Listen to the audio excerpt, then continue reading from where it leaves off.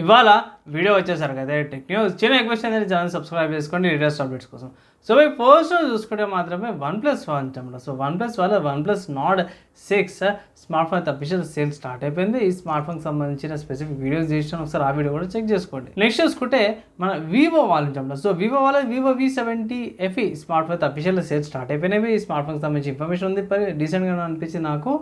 కానీ కొంచెం discount card offers అయితే అప్లై చేయండి, అప్పుడు మీకు కొంచెం బెనిఫిట్ అవుతుంది ప్రైస్ విషయంలో. నెక్స్ట్ చూసుకుంటే ఇన్ఫినిక్స్ వాళ్ళు చెప్పడం. సో ఇన్ఫినిక్స్ వాళ్ళది హాట్ 70 స్మార్ట్ ఫోన్కి సంబంధించిన ఇన్ఫర్మేషన్ అవుతుందో గూగుల్ ప్లే కాన్సోల్ ఉంటే దాంట్లో కొంచెం ఇన్ఫర్మేషన్ బయటపడ్డదంట. ఇక్కడ వీళ్ళ ప్రకారం కూడా చూసుకుంటే ఇది MediaTek G99 ప్రాసెసర్తో పాటు వస్తుంది, 5005 mAh బ్యాటరీతో పాటు కూడా వస్తుంది అంటే కొంచెం ఇన్ఫర్మేషన్ లీగల్ ఇన్ఫర్మేషన్ అనుకోవచ్చు, బయటపడ్డ ఇన్ఫర్మేషన్ అనుకోవచ్చు.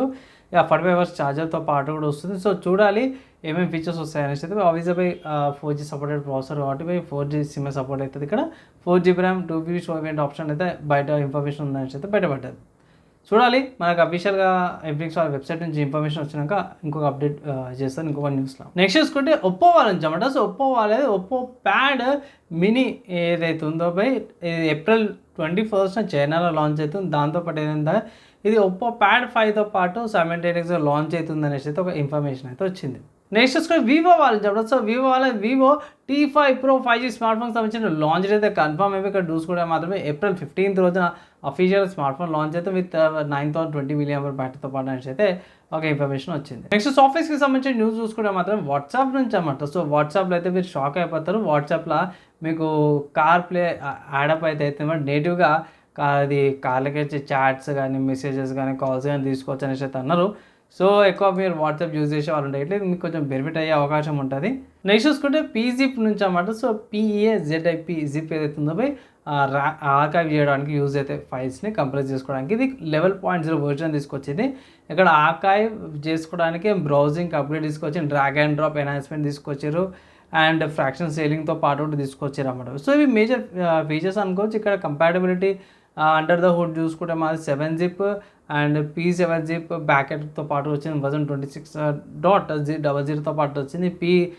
రీచెస్ 1.30 వర్జన్ తీసుకొచ్చారు అన్నమాట. సో ఇది వచ్చేసరికి అయితే క్రాస్ ప్లాట్ఫామ్ ఓపెన్ సోర్స్ అన్నమాట. విండోస్ లినక్స్ మ్యాక్ఓస్లో కూడా అవైలబుల్ ఉంటుంది. ఒకవేళ ట్రై చేసుకోవాలి, ఎక్స్పెరిమెంట్ చేసుకోవాలంటే మాత్రం ట్రై అయితే చేసుకోవచ్చు. నెక్స్ట్ హార్డ్వేర్కి సంబంధించిన న్యూస్ చూసుకుంటే మాత్రమే SK హైనిక్స్ నుంచి అన్నమాట. SK హైనిక్స్ వాళ్ళది 321 లేయర్డ్ QLC SSD ఏదైతే ఉందో AI PCస్కి స్టార్ట్ చేసింది.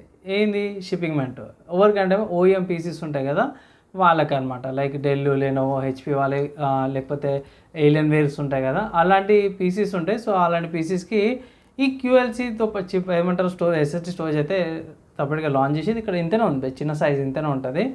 సో దాని అయితే OEMస్కి తీసుకొస్తున్నాం అనేసి అయితే అఫీషియల్గా కన్ఫర్మేషన్ అయితే ఇచ్చింది. నెక్స్ట్ చూసుకుంటే గేమింగ్కి సంబంధించిన న్యూస్ చూసుకుంటే మాత్రమే స్టీమ్లో సామ్సంగ్ అనే గేమ్ అయితే చూసినవి. యాక్చువల్లీ గేమ్ లాంచ్ అయిపోయి మల్టిపుల్ ప్లాట్ఫామ్స్ ఉంది. కానీ ఏంటంటే స్టీమ్లో మీకు ప్రైస్ చూసుకున్నప్పుడు ₹1100 ప్రైస్తో పాటు కూడా వస్తుంది.